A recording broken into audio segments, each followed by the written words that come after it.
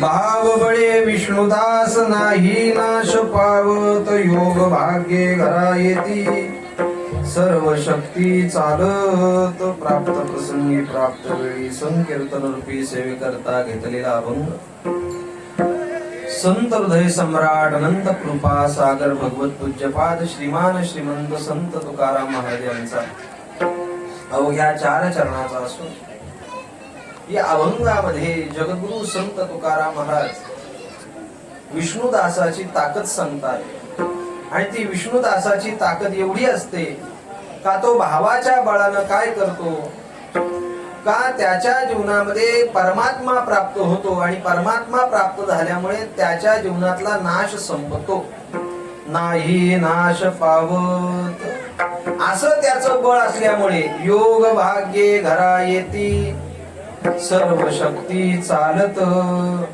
त्याच्या जीवनामध्ये योग भाग्ये सहज चालत येतात त्याच्यासाठी 3ऱ्या चरणामध्ये दृष्टांत दिला ज्याप्रमाणे आपल्या पित्याचं धन पुत्रापासून कोण वंचित ठेवत नाही त्याचप्रमाणे भगवान परमात्मा हा आपल्या भक्ताची वंचना करत नाही मग तो भक्तासाठी कसा राहतो तर त्या भक्ताला तुका म्हणे कडे बैसो तेणे असो निर्भर त्याला कोणावरही अवलंबू ठेवत नाही आणि का ठेवत नाही कारण त्यांनी भावाच्या बळानं परमात्मा प्राप्त केला आणि त्याच्या जीवनामध्ये योग भाग्ये घरा येती सर्व शक्ती चालत असा एक 5-6 वाक्यामध्ये अभंगाचा सरळ सरळ भाव आहे प्राप्त झालेल्या वेळेमध्ये जसे अभंगाशी आपल्याशी हितगुज करता येईल तसं मी करण्याचा प्रयत्न करणार आहे आपल्या कार्यक्रमाची वेळ होती 6:30 ते 8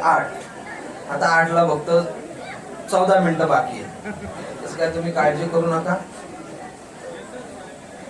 जरी गाडी लेट निघाली स्टेशनवरना तरी पोहोचेल थेटच पण मधले स्पीड ब्रेकर ट्रॅफिक सिग्नल याचा सगळ्याचा विचार करून गाडी मुक्कामावर पोहोचेल या कार्यक्रमाचं प्रवृत्ती निमित्त कारण काही जर असेल तर हरिभक्तीपरायण श्री गौरू बाबा आणि त्यांच्या सहपत्नी आवडीबाई आई यांच्या जन्मशताब्दी महोत्सव सहस्र चंद्र दर्शन सोहळ्या निमित्तानं तद्वत त्याचप्रमाणे या नूतन गृहप्रवेश वास्तुशांतीचं औचित्य साधून दोन्ही कार्यक्रम हे सोहळा हा उत्तम व्हावा भव्य दिव्य व्हावा या हेतूने त्यांचे असणारे सर्व सुपुत्र हरिभक्ती श्री बळीराम गौरू पाटील विष्णू गौरू पाटील हनुमंत गौरू पाटील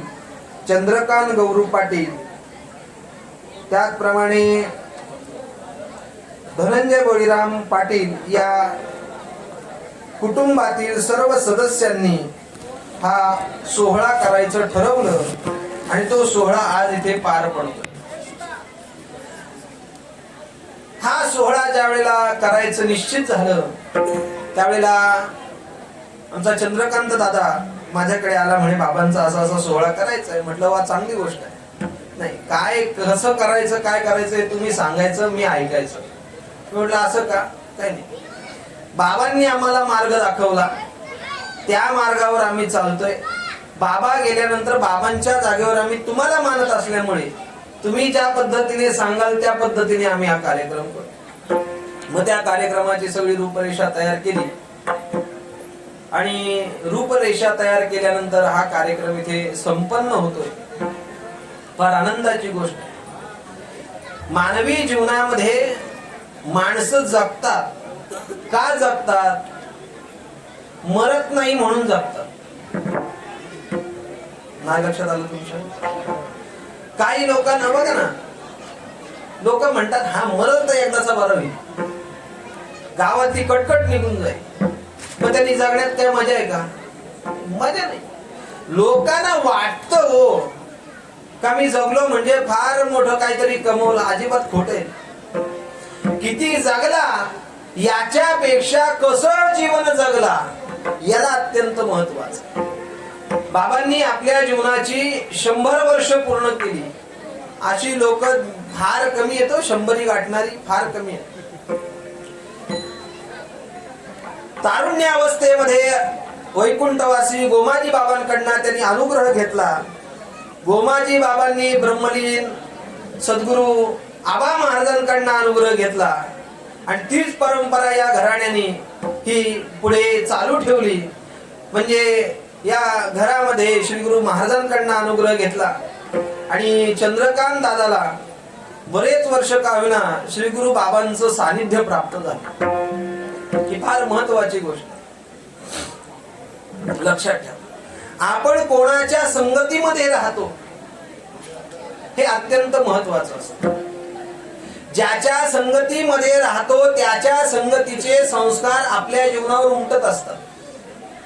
म्हणून मानवी जीवनामध्ये माणसानं कोणाच्या संगतीत राहावं याचा अगोदर विचार करा. नको त्याच्या संगतीत गेला का वाटोळ, बाबा नेहमी त्याला विनोदानं सांगायचे. स्वाती नक्षत्रामध्ये पाऊस पडला, ते जर बिंदू शिंपळ्यामध्ये गेले तर त्याचे मोती होतात. आपल्याकडे म्हण होती, पडतील स्वाती तर पिकतील मोती. ते पाणी जर आळवाच्या पानावर पडलं तर ते मोत्यासारखं शोभून दिसतं आणि तेच पाणी तव्यावर तापलेल्या पडलं का त्याचं वाटोळं झालं समजायचं. तसं स्वाती नक्षत्रातलं नाम ज्ञानरूपी माणसाची जर संगत आपल्याला प्राप्त झाली तर त्याचे मोती तयार होतील, जीवन कृतार्थ होईल त्याचं.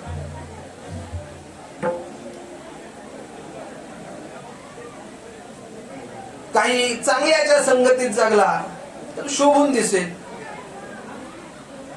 आणि नको त्याच्या संगतीला गेला का त्याच्या जीवनाची बर्बादी होते. बाबांची संगत दादाला फार मोठी प्राप्त झाली, या घराण्याला संगत प्राप्त झाली. म्हणजे त्या काळामध्ये बाबा बराचसा काळ आपल्या कसरखंड गावामध्ये प्रातस्मरणीय आबा महाराजांपासून ही परंपरा चालत आलेली. लोकांना सध्या परंपरा सांगितली का पोटात दुखतं. तर काय परंपरा सांगतात? अरे परंपरा सांगायला परंपरा असावी लागते. आपल्याकडे परंपरा नसेल तर परंपरा काय डोंबलं सांगणार? परंपरा पाहिजे ना. बरं, परंपरा मानणारी लोक आहेत, नाहीत असं नाही, पण काही लोकांच्या कारण नसताना पोटात दुखतंय, त्यांच्या दुखते आपल्याला काही घेणं देणं. ज्याला परंपराच नाही, ज्याचा बापच माळकरी नाही, तो काय आपल्याला परंपरा शिकवणार? त्याला काय परंपरा मान्य होणार? ही परंपरा आबांपासून चालत आली आणि या परंपरेतला एक पाईक असल्यामुळं या कुटुंबानं ही सेवा माझ्या वाट्याला दिलेली. जास्त काही मी त्याचा विस्तार करत नाही. पटकन अभंगात येतो, चटकन बाहेर पडतो, म्हणजे झटकन तुम्ही जेवायला मोकळे. बरोबर ना? तुम्हाला पण त्रास नको. तसा जर विचार केला तर मानवी जीवन हे अत्यंत महत्वाचं जीवन आहे. आणि मानवी जीवन का महत्वाचं आहे? इतर जन्मामध्ये, इतर योनीमध्ये काही नाही, फक्त केलेल्या कर्माचा विपाक भोग भोगायचा. आणि मनुष्य देह असा आहे का या जन्मामध्ये आल्यानंतर आपल्याला कुठं जायचं हे ठरवता येतं. बाबांनी मी विनोदाला सांगायचे, मनुष्य देह म्हणजे जंक्शन स्टेशन. मनुष्य देह म्हणजे काय? जंक्शन स्टेशन कशाला म्हणतात? ज्या स्टेशनवरना अनेक ठिकाणी जायला मार्ग असतात त्याला काय म्हणतात? पनवेल काय आपलं रेल्वे स्टेशन जंक्शन स्टेशन आहे का? पनवेल वरना गाडी दिव्याला जाते, डहाणू पर्यंत जाते. पनवेल वरना गाडी CST ला जाते. पनवेल वरना गाडी आपल्या मधल्या मार्गे आता पुण्याला जाते की नाही? पनवेल वरना गाडी कोकणामध्ये जाते, म्हणजे पनवेल काय झालं? जंक्शन स्टेशन झालं. तसं मनुष्य देह हा जंक्शन स्टेशन आहे. इथं आल्यानंतर माणसानं ऊर्ध्वगती पावायची, मिळवायची का अधोगतीला जायचं हे ज्याचं त्यांनी ठरवायचं असतं. नको त्याच्या संगतीमध्ये, नको त्याच्या विचारामध्ये जर माणूस गुरफटला तर त्याची अधोगती आहे. आणि ती अधोगती अशी नाहीये, त्याला अनेक योनीमध्ये जन्म घ्यावा लागतो, अनेक दुःख भोगावी लागतात आणि दुःख भोगून सुद्धा ते मनुष्य देह पुन्हा मिळेल याची शाश्वती नाही. महाराज म्हणतात, आता मागुता येईल फेरा, येतो नगढे या नगरा. लोक म्हणतात, महाराज तुम्ही काय पण सांगता, एकदा माणूस म्हणून जन्माला आला का पुढचा जन्म माणसाचा. असं आहे का? असं आहे का? असं नाहीये. जसं विज्ञानानं तंत्रज्ञानानं प्रगती केली. काय प्रगती केली? पूर्वीच्या काळात झाड लावायचं आजोबानी आणि फळं खायची नातवानी खायची. आता असं काही राहिलेलं. आता ज्याने झाड लावायचं त्यानेच फळं खायची, बाकीच्या कोणाच्या वाट्याला द्यायची. का असं झालं? कारण त्याच्यामध्ये कलम नावाचा प्रकार आला. कसला प्रकार आला? कलम. कलम कलम म्हणजे काय? एखाद्या झाडाला दुसऱ्या झाडाची फांदी जोडणं आणि ती फांदी मोठी होणं याला काय म्हणतात? कलम म्हणतात. असं कलमी प्रकार निर्माण झाल्यामुळं आता ती कर्माची कटकट आता ज्याने झाड लावायचं त्यानेच खायचं. तसंच आहे. लोकांना असं वाटतं का मनुष्य म्हणून जन्माला आला का मनुष्य पुढचा जन्म. असं नाहीये. मनुष्य म्हणून जन्माला आला पण माणसासारखा वागला नाही, तो जनावरासारखा वागला, तर पुढचा जन्म कुठला? जनावराचा जन्म भेटणार, त्याला थोडी माणसाचा जन्म भेटणार. आपल्या शास्त्रानं आपल्या भारतीय संस्कृतीमध्ये पूर्वजन्म आणि पुनर्जन्म हे दोन्ही मानलेले आहे. एखादा माणूस इथं बसतो तिथं बसतो, थोड्या वेळ तिथं बसतो, थोड्या वेळ तिथं बसतो. लोक म्हणतात, काय रे मागच्या जन्मी तू काय माकड होता का? म्हणजे काय? आमचा ते पत्रक तुम्ही जातक काढता का? जातक जन्माला आल्यानंतर लग्न जुळवताना त्याची गरज लागते. ती जन्मपत्रिका काढली का त्याच्यामध्ये एक योनी शब्द असतो. म्हणजे हा मागच्या जन्मात कुठल्या योनीमध्ये होता, म्हणजे कोणाच्या जन्मात होता. माशवाच्या होता, उंदराच्या होता, घुशीच्या होता, बैलाच्या होता, रेड्याच्या होता, म्हशी कोणाच्या होता ते त्याच्यावरनं कळत. माझा प्रतिपाद्य विषय असा आहे का मानवी जीवन हे म्हणजे जंक्शन स्टेशन आहे. इथून माणसाला ठरवता येतं काय बनायचं. मनुष्य म्हणून जन्माला येतो आणि जर जनावर म्हणून जर वागत असेल तर त्याच्या जीवनाचा महाराज धिक्कार करतात. नाही तरी काय थोडी, नाही तरी काय थोडी, श्वान शुभ रे बापुरी, श्वान शुभ रे बापुरी.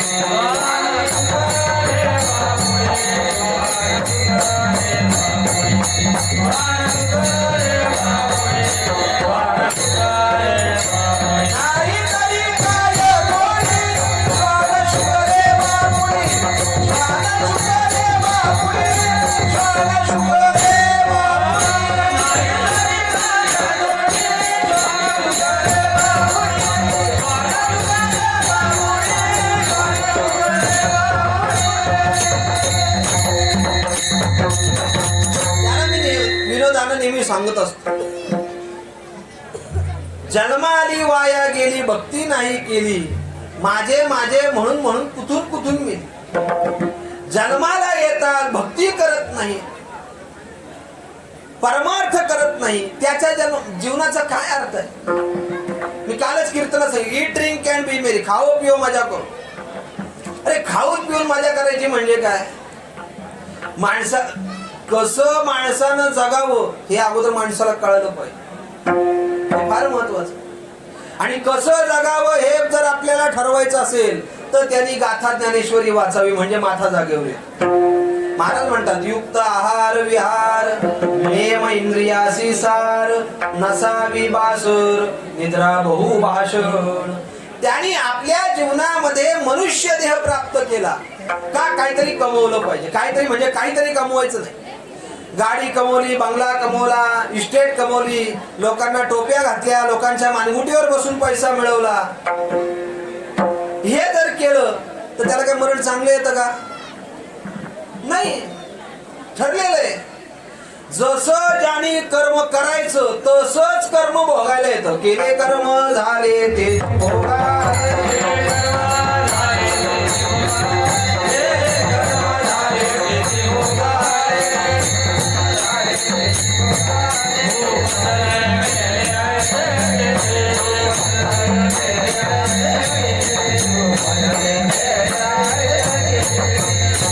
नाथ महाराज म्हणतात केले झाले उपजले मेले. एका चरणामध्ये किती क्रियापद घातलेत बघा एकनाथ महाराजांनी. माणसाने जसं कर्म करावं तसं त्याला फळ भोगायला येतं. मला दृष्टांत सांगायचा नाही, मला वेळ घ्यायचा नाही. म्हणजे मनुष्य देहाचा विचार करता मनुष्य देहाला आल्यानंतर त्यांनी अधोगतीला जायचं का ऊर्ध्वगतीला जायचं ज्याचा त्यांनी विचार केला पाहिजे. इतर योनीमध्ये जे दिलं नाही ते आपल्या मनुष्य योनीमध्ये दिलेलं आहे. काय काय मनुष्य योनीमध्ये दिलेलं आहे? अहो इतर योनीमध्ये हात आहेत का पाय आहेत बघा. माकडाला हात आहेत पाय आहेत पण ते कधी विठ्ठल विठ्ठल म्हणतं का? कधी रामकृष्ण हरी म्हणतं का? कोण? माकडाबद्दलच सांगते तुम्हाला. माकड कधी विठ्ठल विठ्ठल विठोबा रखमाई म्हणत? म्हणजे जे विठ्ठल विठ्ठल विठोबा रखमाई म्हणत नाही ते कोण? बोला ना आता. माकडच म्हणायचं त्याला. कधी कुत्र्याने एकादशी केली का? कोणी? कुत्र्याबद्दलच सांगतोय मी. कुत्रा कधी एकादशी करत? कोण? हा कुत्रा. तो आपला वास घेतच असतो. कुठं काय भेटतंय का हाडूक आपल्याला तोंडात चावायला. बैलानं कधी वारी केली का? कोणी? बैल कधी वारी करत? म्हणजे वारी करत नाही तो कोण? आता हे तुम्ही बोला. मनुष्य देहामध्ये मनुष्य देह प्राप्त झाल्यानंतर त्याची काहीतरी इति कर्तव्यता आणि ती इति कर्तव्यता माणसाला कळली पाहिजे. नुसती माणसं जन्माला येतात मरतात. उपजले मेले ऐसे किती. उपजले मेले जन्माला आले मेले जन्माला आले मेले त्याचा काही उपयोग आहे? पण जन्माला येऊन आपलं जीवन कृतार्थ व्हावं याच्यासाठी सायास माणसानं केला पाहिजे. माणसं सायास करतात, तो प्रपंचात करतात, तो परमार्थात करत नाही. ज्ञानेश्वर महाराज म्हणतात अरे तो प्रपंचामध्ये सायास करण्यासाठी त्या प्रपंचामध्ये असा कुठला गुण आहे का तू त्या परमात्म्याचं भजन करत नाही? हरिसिन भजसी हरिसिन भजसी.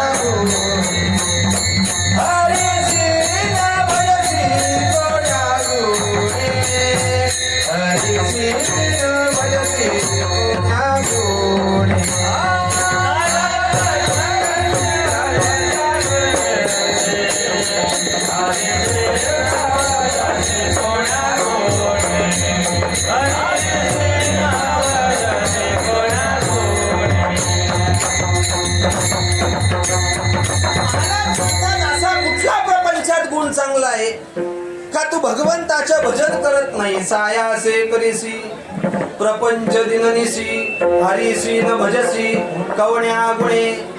दिननिशी अहोरात्र प्रपंचाचा रहाड गाडगा ओढतोय आणि तुला भगवंताचं नामचिंतन करता येत नाही. त्या संसारामध्ये गुंतून पडलाय. म्हणजे मनुष्य देह प्राप्त झाल्यानंतर त्याची इति कर्तव्यता माणसाला कळत नाही. मनुष्य देह प्राप्त झाल्यानंतर जो भगवंताचं नामचिंतन करत नसेल भजन करत नसेल तर माऊली त्याला पापी म्हणतात. नामासी विनमुख तो नर पापिया हरिविण धावया न पवे कोणी. जन्माला आला ना भक्तीच करत नाही उपयोग काय? परमार्थच करत नाही फायदा काय? नुसता मनुष्य. एक लक्षात ठेवा मनुष्य देह म्हणजे बाकीच्या योनीमध्ये कर्म भोगलं तिथं कुठंतरी पाप पुण्य समान झालं म्हणून हा नकळत मनुष्य देह प्राप्त झालाय. आणि हा मनुष्य देह प्राप्त झाल्यानंतर या मनुष्य देहाची इति कर्तव्यता आहे. काय इति कर्तव्यता आहे? परमात्म्याचं भजन करणं. हे इतर जन्मामध्ये आहे का? इतर जन्मामध्ये नाही. याची देही घडे देवाचे भजन आणि कल्याण नाही कोणी, आणि कल्याण नाही कोणी.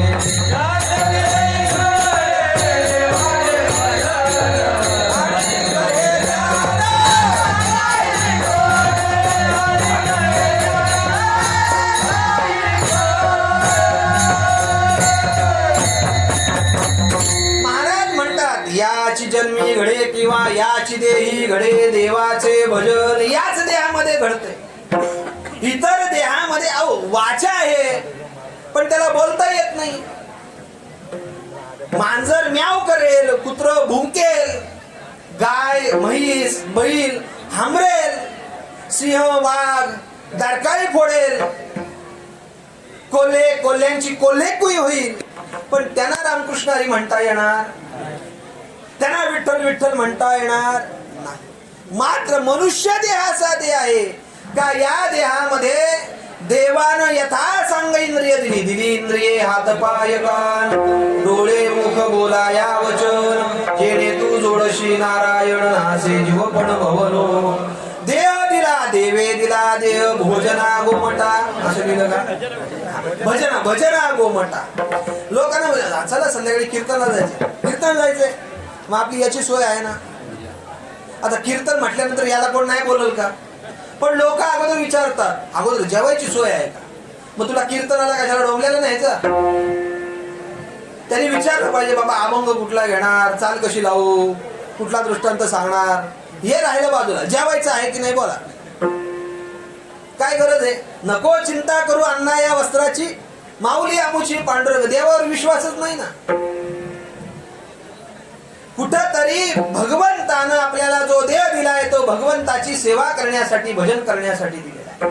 देह दिला, देहाला आवश्यक इंद्रिय दिली, त्याच्यामध्ये जीवदान दिला. जेणे हा जीव दिला दान तयाचे करीन चिंतन जगत जीवन नारायण गायन गुण तयाचे. मग त्या भगवंताची आम्ही भक्ती केली पाहिजे, भगवंताची सेवा केली पाहिजे, परमार्थ केला पाहिजे. त्याच्यासाठी देह झिजवला पाहिजे.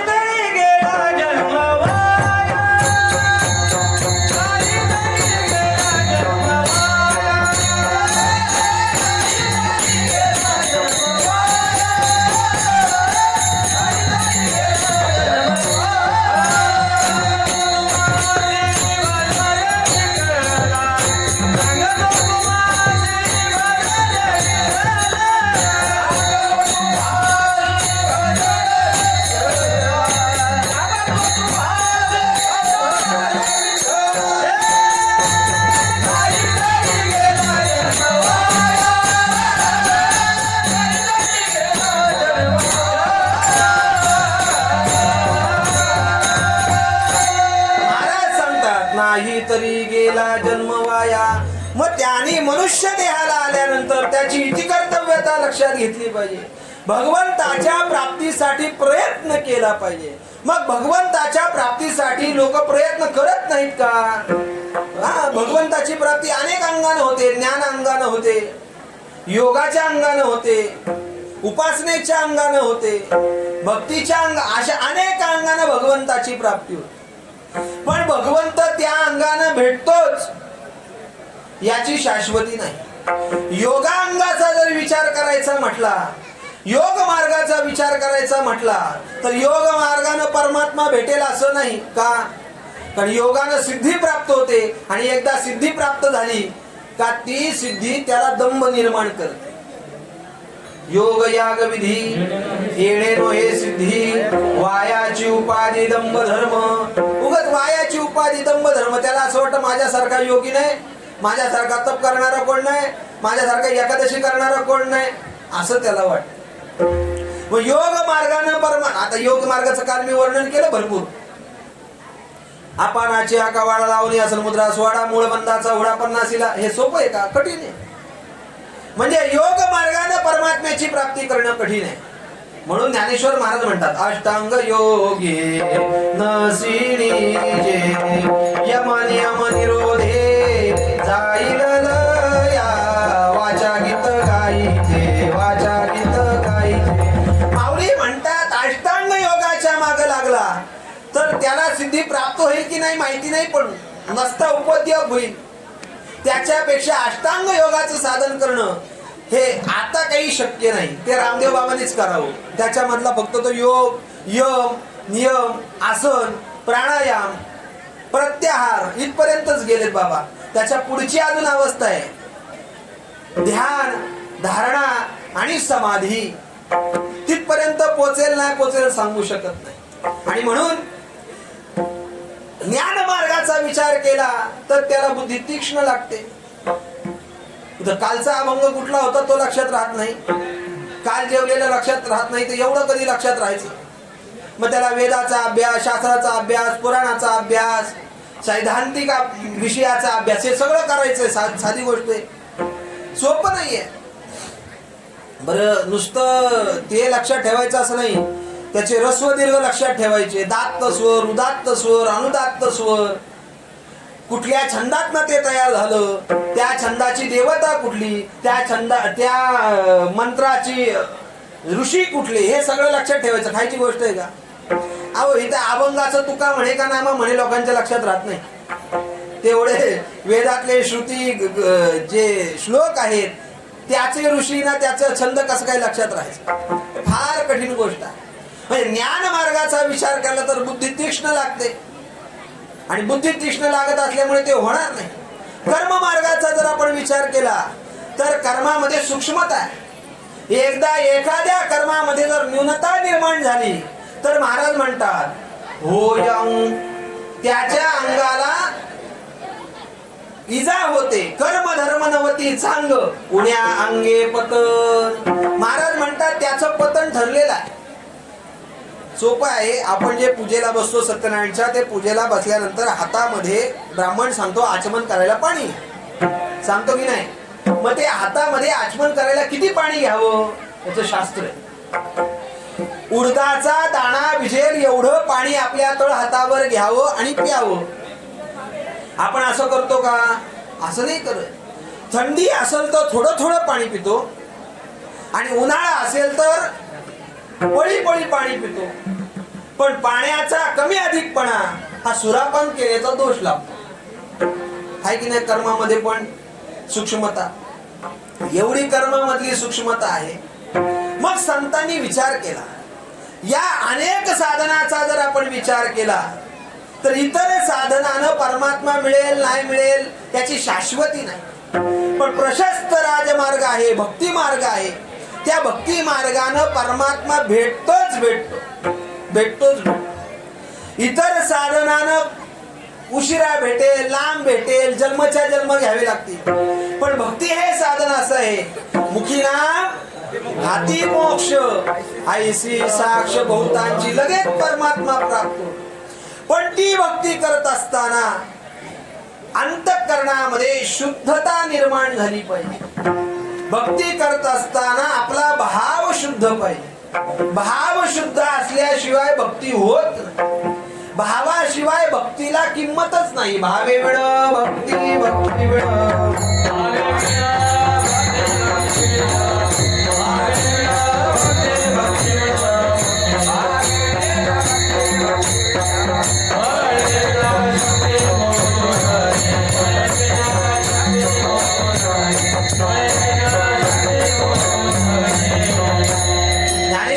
सांगतात भावे विण भक्ती, भक्ती विण मुक्ती, बळे विण शक्ती बोलू नये.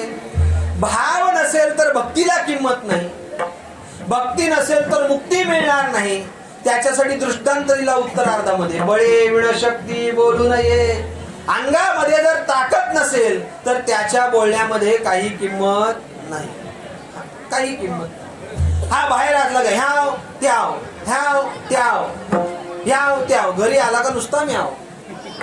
बळे विण शक्ती बोलू नये. ताकद नसेल तर बोलण्यात. तसं भक्ती करताना भाव पाहिजे. अंतःकरणामध्ये भगवान परमात्मा भाव पाहतो.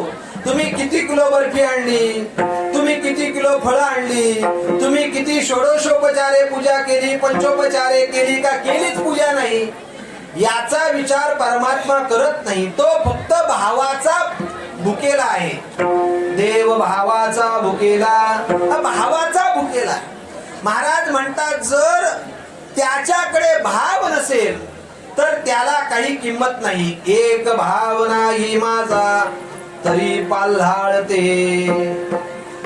का भावाला किंमत आहे? कारण भक्ती करत असताना भाव शुद्ध अंतःकरणानं केली पाहिजे. नाही तर भक्ती करतो आणि अंतःकरणामध्ये नको ते विषय घेऊन जर बसत असेल तर त्याचा काही उपयोग नाही. भक्ती ज्याची थोडी, पूर्ण विषयाची गोडी, काय किंमत आहे का? लोक भक्ती करतात पण भक्ती करत असताना कामना ठेवून भक्ती करतात. भगवंताला कामना रहित भक्ती लागते. त्या नारद भक्ती सूत्रामध्ये नारद महर्षींनी सांगितलं कामना रहितम. भक्ती करत असताना कशी केली पाहिजे? कामना रहित, इच्छा न ठेवता भक्ती केली पाहिजे. आम्ही भक्ती करतो, देवा देवा ऐका, माझा अमुक अमुक काम झालं तर 5 नारळाचं तोरण बांधीन. म्हणजे देव काय हमर आहे का तुझी काम करायला? बाबा नेहमी विनोदाला सांगायचं, एक दिवस नवरात्रीमध्ये एक जण फिरत होता. फिरता फिरता त्याला काही वस्तू मिळेना. 2 तास 3 तास फिरला, काही भेटेना. बाबांनी त्याला विचारलं काय रे, कुठं चालला? काय नाही, काम आहे. काय काम आहे? काय काम काय? नाही नाही, ते तुम्हाला सांगून उपयोगाचं नाही. अरे सांग, माझ्याकडनं झालं तर मी करून देतो. नाही नाही, नको नको, तुम्ही कीर्तनात सांगा. बाबा म्हटले तू असताना नाही सांगणार, तू नसताना सांग. काय काम तरी काय सांग ना. आमच्या देवाऱ्यामध्ये एक देवी आहे, त्या देवीला नासका नारळ लागतो. काय लागतो? बाबा म्हटले ज्या देवीला नासका नारळ लागतो ती देवी किती नासकी असेल? दृष्टांत सांग. मानवी जीवनामध्ये आम्ही भक्ती करत असताना कामना ठेवून भक्ती करतो, पण कामना ठेवून केलेली भक्ती भगवंताला प्रिय होत नाही. ध्रुव बाळानं भगवंताची प्रार्थना केली, भगवंताच्या प्राप्तीसाठी केली का याच्या स्वार्थासाठी केली? लवकर बोला. हा, याच्या स्वार्थासाठी केली, भगवंताच्या प्राप्तीसाठी केली नाही. आणि ज्या वेळेला त्याला आढळपद दिलं त्यावेळेला त्याच्या तोंडात मारायला काही शिल्लक राहिलं नाही. तो म्हणतो ध्रुव म्हणे मी चुकलो, येथे गुंतोनी हा राहिलो, जरी का मृत्यूलो की असलो, धावोनी पर घरी जातो. त्याला त्याचा पश्चाताप झाला. अरे देवाच्या प्राप्तीसाठी लोक प्रयत्न करतात आणि मी देवाच्या प्राप्तीसाठीचा प्रयत्न सोडला आणि मला कुठलं तरी पद प्रतिष्ठा मिळावी याच्या मागे लागलो. माझ्या जीवनाचा धिक्कार असो. म्हणजे भगवंताची भक्ती करत असताना त्या भक्तीमध्ये भाव पाहिजे. मग निस्सीम भाव उल्हासे, मज अर्पावयाचे निमसे, फळ एक आवडे तैसे भलतयाचे होई. माऊली म्हणतात त्याला भावाची अत्यंत आवश्यकता आहे. आणि विष्णुदास जो असतो तो सापेक्ष कधी भक्ती करत नाही, इच्छेनं कधी भक्ती करत नाही. त्या विष्णुदासाची भक्ती ही निरपेक्ष भावनेने असल्यामुळे त्या भक्तीच्या भावाचं बळ एवढं बळकट असतं का त्या भाव बळानं तो परमात्मा प्राप्त करतो आणि त्याच्यामध्ये नाश अविनाशी असणार परमात्मा पद प्राप्त करतो. अभंगाच्या पहिल्या चरणात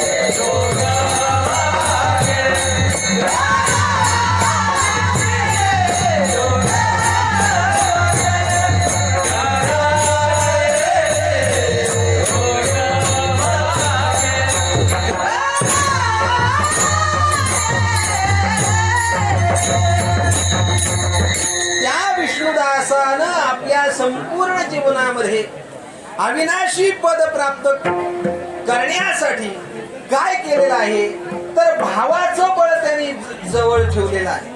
आणि त्या भाव बळाचा परिणाम असा आहे परमात्म्याची प्राप्ती झाली. नाम अविनाशी सुख, अविनाशी आनंद, अविनाशी पद त्याच्या जीवनामध्ये. शास्त्रामध्ये अनेक प्रकारची बळ सांगितली. संपत्तीचं बळ आहे, संततीचं बळ आहे, अशी अनेक सत्तेचं बळ आहे, अशी अनेक प्रकारची बळ सांगितली. पण या सगळ्या बळाचा विचार करता ही सगळी बळ कालाच्या ओघामध्ये नाश पावणार आहे. मग ते नचले काही, सत्ता संपदा राहील ठाईचे ठाई, मग संचित देईल ग्वाही, तुका म्हणे तय्यमाज्ञा जवा काळ असे तुझे ठेवा. कालाच्या ओघामध्ये या सगळ्या बळाचा नाश होणार. संपत्ती बळाचा नाश होणार नाही का? संपत्ती बळाचा नाश होणार नाही का?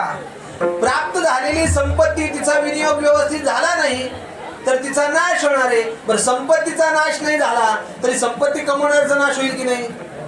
ठरलेला आहे ना. सत्तेचा 5 वर्ष झाली का सत्ता संपली, येऊ लागती माघारे मृत्यू लोका.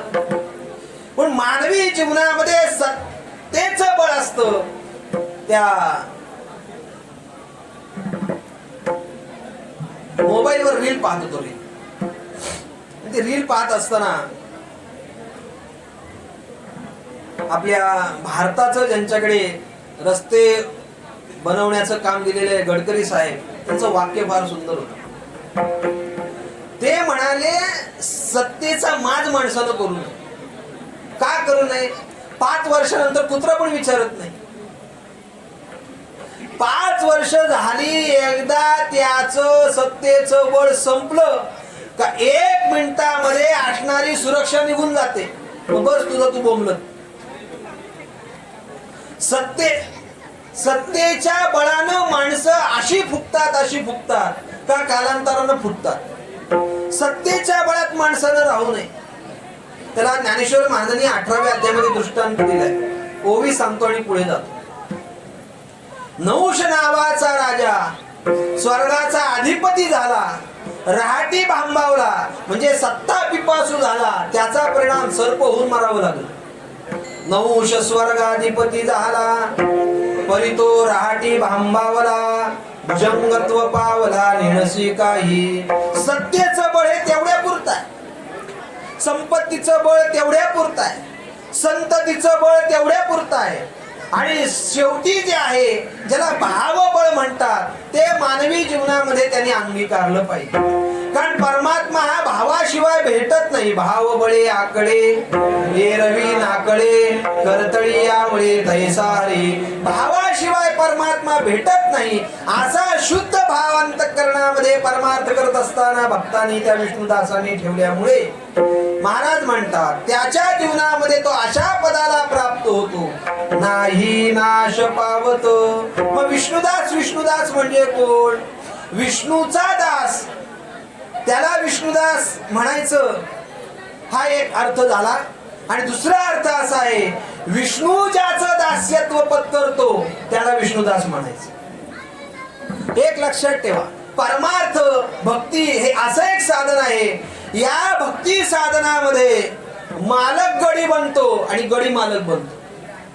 व्यवहारामध्ये कधी गडी मालक होत नाही, गडी गडी राहतो.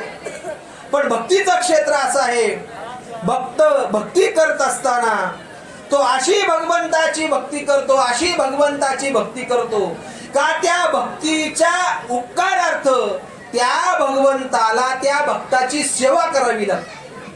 म्हणजे जो मालक आहे तो सेवा करायला खाली उतरतो. हे भक्तीचं एक अलौकिकत्व आहे, लक्षात ठेवा. हे अलौकिकत्व आहे. आपल्याला बरीचशी उदाहरणं सांगता येतील. नाथ महाराजांच्या घरी भगवंतानं 36 वर्ष काम केलं. तुकाराम महाराजांच्या घरी येऊन काम केलं. ज्ञानेश्वर महाराजांच्या काळामध्ये मेलेल्या आत्म्यांना जीव घालायचं काम ज्ञानेश्वर महाराजांनी केलं. भगवंत ही सगळी कामं करतो. का करतो? भक्तानं निष्काम सेवा केली, त्याचं पुण्य, त्याचे उपकार, त्याचं ऋण भगवंताला त्या भक्ताची सेवा करावी लागते. आणि म्हणून विष्णुदास विष्णुदास म्हणजे काय तर विष्णू ज्याचं दास्यत्व करतो तो विष्णुदास असल्यामुळे असा विष्णुदास हा काय करतो तर भाव शुद्धता अंतःकरणामध्ये ठेवतो.